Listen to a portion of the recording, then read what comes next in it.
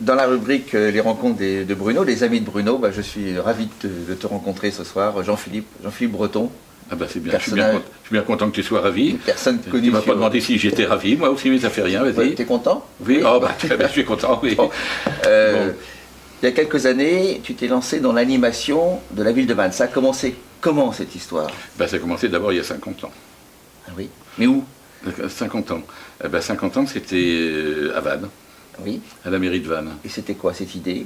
Cette idée, je ne savais pas au départ. C'était M. Chapelle. Le docteur Duhamel voit M. Chapelle, il dit il faut garder Breton, sinon il repart au Mans. Alors il dit bon, on va l'engager. Et quand j'ai été voir Chapelle, M. Chapelle, qui était le maire à l'époque, il me dit bon on va créer un service d'animation culturelle. J'ai dit ça m'intéresse bien, mais ça consiste en quoi? Il me dit je sais pas, mais vous me direz. Voilà. Et alors? Comment ça a démarré? Donc qu'est-ce que tu as fait? Donc j'ai été engagé comme jardinier premier échelon. C'était de l'animation terre à terre. Mais ça n'existait pas dans la fonction publique. Il n'y avait pas de grille pour me payer, donc j'ai été payé. Alors que même sur le balcon de chez moi, je n'ai pas le droit de toucher aux plantes. Bon. Mais bon, ça fait rien, donc comme j'étais terre à terre, il n'y a pas de problème. Donc j'étais jardinier. Et alors, qu'est-ce que tu as fait alors? J'ai créé un festival, un mois à peine, j'ai créé le festival d'horreur et d'épouvante, cinéma fantastique d'horreur et d'épouvante et concours de maquillage. Au Palais des Arts? Au Palais des Arts, oui. Voilà. Les gens arrivaient à 8h du matin pour la séance du soir, pour avoir des places. Et on appelait la police pour protéger les glaces d'entrée du Palais des Arts parce que les gens poussaient, c'était terrible. Et pour créer l'ambiance, d'ailleurs, j'avais été acheté à mes propres frais, d'ailleurs, parce qu'il n'y avait pas beaucoup de budget. J'avais été acheter tout un tas de petites araignées là, derrière la mairie, il y avait Farcé à Trappes. Ah oui. Et je passais sur les passerelles en haut, il y a des projecteurs, et en cours de spectacle, je jetais ça sur la tête des gens. Ils poussaient des cris terribles, et après, je prenais des réveils que je glissais sous les fauteuils, et ils étaient à heures différentes, et ils sonnaient. Et tout le monde dit ah, c'était super. Voilà. Et il y a eu combien d'éditions? Je crois qu'il y a eu, je me souviens plus, 4 ou 5 éditions, parce que il y a eu le problème, c'est que Avoriaz, dès la semaine qui suivait Avoriaz, il y avait une émission sur la 5 avec Sangria, que j'ai fait venir d'ailleurs au Palais des Arts la dernière année. Et puis, on avait des films là, immédiatement qui passaient à la télé sur la 5, ce qui fait que les gens ne venaient pas. Donc on a atterri à la Garenne. Comme quoi, il n'était pas. L'ami Jacques n'était pas tellement compliqué. Il a dit d'accord. Et on l'a fait une fois à la Garenne. Mais là, ça n'était pas assez grand. On dit c'est pas la peine, on arrête. Et alors après? Alors après, j'ai d'abord essayé de trouver une définition pour le service d'animation culturelle. J'ai créé des fêtes historiques. Et le jazz, le festival de jazz. Et je suis rentré au comité des fêtes parce que M. Marcelin, qui était maire avant, quand j'étais arrivé à Vannes, on m'avait présenté, M. Marcelin m'a proposé de rentrer au conseil municipal. J'ai dit, c'est pas possible, au bout de 2 séances, vous me virez parce que je peux pas m'empêcher de parler. Donc il me dit, rentrer au comité des fêtes. Donc ça fera 50 ans l'année prochaine que je suis rentré au comité des fêtes. Et alors les fêtes historiques, je me rappelle, c'était aussi pour le centenaire de l'hôtel de ville. Alors ça, il y avait une animation spéciale. Mais avant j'avais créé des sons-lumières dans les remparts. Les sons-lumières, c'était Cadoudalou, la chouannerie morbillanaise. Oui. D'ailleurs, on a eu M. Le Pen qui débarquait un soir en criant merveilleux, sensationnel, en fait là. Mon titre de gloire, c'est que pendant qu'il y avait le défilé militaire, j'ai mis le drapeau des Chouans au de la tour du Connétable, avec Annie Guillaume-Manard, l'adjointe, on était mort de rire, on a arrosé ça au champagne d'ailleurs. Et puis il y a eu les 3 mousquetaires, parce que j'avais joué en tant que comédien avant de venir, j'étais comédien et professionnel, donc j'avais joué les 3 mousquetaires, j'avais fait Aramis, donc je voulais faire dans les remparts. Et puis en me promenant un soir, en rentrant de la poste, j'ai dit tiens, je vais passer dans le jardin de Dimur. Et là j'ai trouvé que c'était merveilleux et que ça correspondait bien pour faire du jazz. Donc j'ai créé le festival de jazz. Est-ce que tu avais une passion pour le jazz? J'ai toujours une passion pour le jazz. Mes passions, c'est le jazz, le théâtre. Oui. Voilà. Molière et le jazz. Non? Oui, en tant que comédien, Molière, c'est plus une passion, ça me dévore. Oui. Je rêve quand je vais mourir d'avoir le fauteuil en haut des marches du Palais des Arts où on s'inclinera en passant en disant tiens, c'est le Molière du 21e siècle. Donc, tu as utilisé c'est un peu. Bon. Non, mais soyons sérieux là. Soyons sérieux. Je vous en prie, continuez, monsieur Le Pognon, monsieur Léguignon, monsieur Bruno. Tu as utilisé les remparts comme scène, dans un premier temps. Oui, je les ai gardés. Et après, aussi, donc, le festival de jazz qui s'est passé sous le tilleul de Limoux. Voilà. Et là, il y a eu une magnifique édition. Eh bien, il y a eu tellement de magnifiques éditions, puisqu'il y a eu tellement de grands noms, comme Ahmad Jamal, comme j'ai plus tous les noms en tête, mais c'était quelque chose d'extraordinaire, quoi. Oui. Et qui reviennent d'ailleurs actuellement sur ce qui reste du festival de jazz, puisque ça s'appelle maintenant Jazz en ville. Bon, mais les Petrucciani, enfin tous les... Michel Petrucciani, par erreur. D'ailleurs, il est venu. Ceux qui m'ont aidé à créer, c'est Éric Lolan.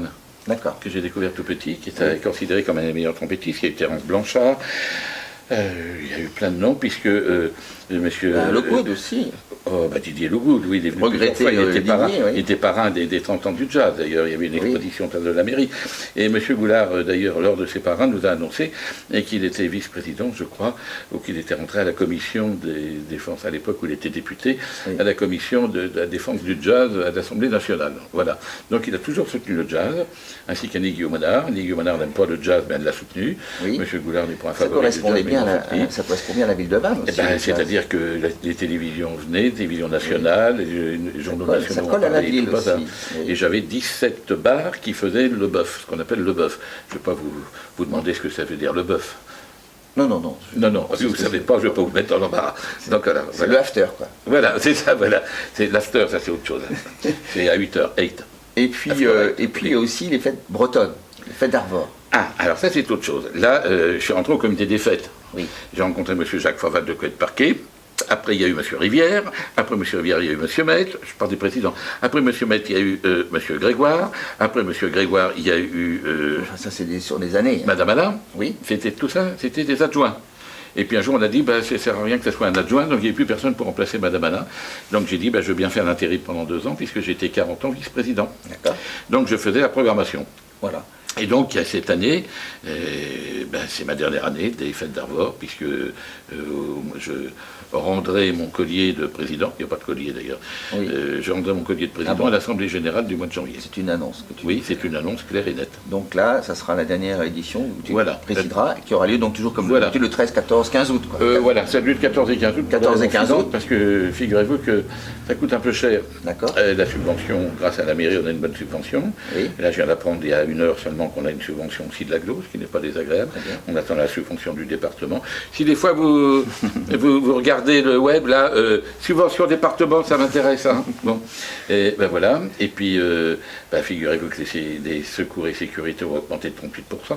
Oui, évidemment. Et que l'état d'urgence a fallu beaucoup de... Ça coûte très cher à la ville d'ailleurs. Hein. Et il faut bloquer les rues, mettre des camions, il faut louer des voitures, enfin tout le bazar, il faut bousculer des barrières. En tout cas, tout ça, c'est des belles années, des belles réussites, des belles manifestations populaires que les Vantais aiment. Ah, mais j'ai créé le salon du livre aussi. Ah oui.